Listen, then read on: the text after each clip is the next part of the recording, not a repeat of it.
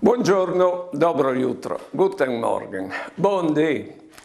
Sicché queste pure femmine era già morto qualche anno fa, come è morto l'unico figlio che aveva a 45 anni.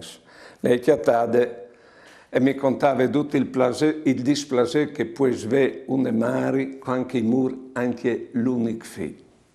Immaginate, una ferita che non guarisce mai in tutta la vita.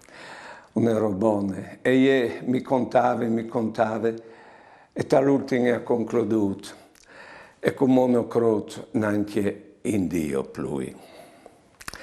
Ho vinto tutti e due, e intanto io pensavo, sì, io che ho assistito, come che mi contava, il soffitto ai dolori, e avrei voluto fare passare i dolori, e vi di fare in modo che non morisse. Con l'idea di Dio che ha, è un Dio che gli ha lasciato morire suo figlio, dopo tutte tire per qualche conclusione lì. A un certo punto, è vate borse, e diava il taccuin, e mi dà 10 euro, dicendomi che disi una messa per mio figlio.